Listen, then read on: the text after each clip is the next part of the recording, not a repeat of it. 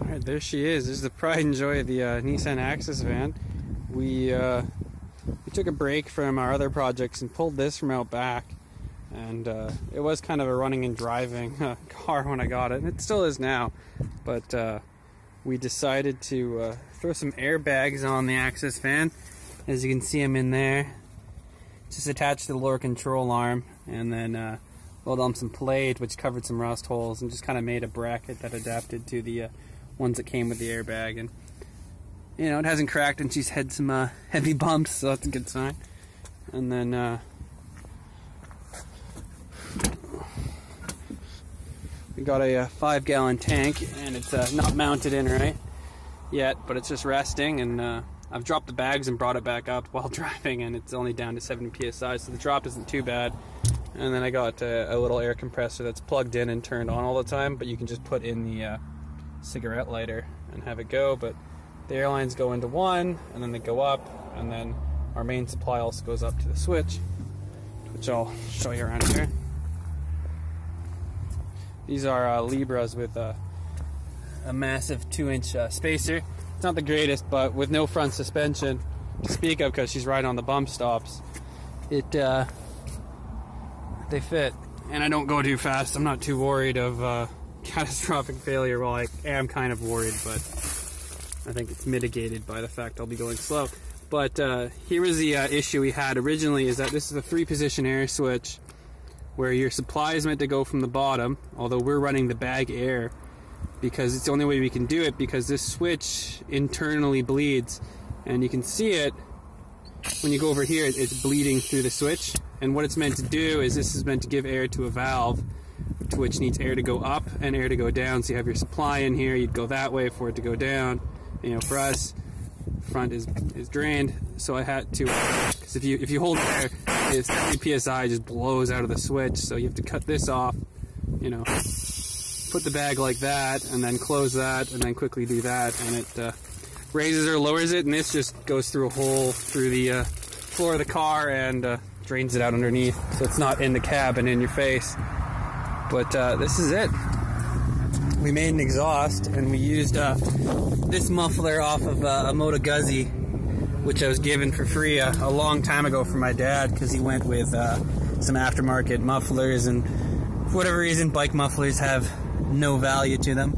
We made a shitty little hanger, but it all sits on, and we cut the baffles out a little bit, and it's actually eerily quiet. I'll fire it up right now and you can hear it.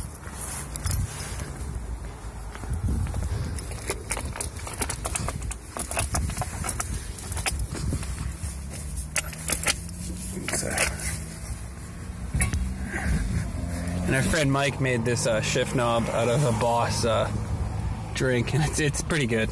I like it, and it fits nice in the hand. Brakes pulled. But yeah, it's actually a full 1.5 inch straight pipe, and that's as loud as it gets. It's actually not too heaty in comparison to the rest of the van here, which is super fucking heat score. So we'll give it some revs. It has a very generic, raspy 4-cylinder sound to it, but I like it. We've put probably about 100K on it so far, and it's been great. You know, apparently all the seals do leak as he had them all taped, but we pulled that off, and the car actually sat out in the rain for probably like 3 months after I got it, and it was perfectly fine. And that latch is broken, so you got to do it on the inside. But yeah, the doors don't open because they hit the wheels, but I think it adds a kind of a neat touch to it.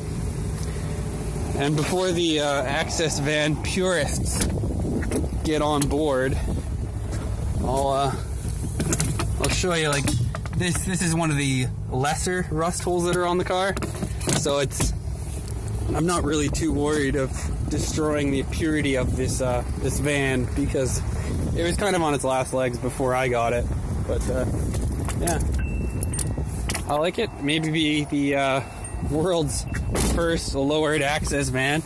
And these guys, they were rubbing But after driving around for a while, it fixed itself.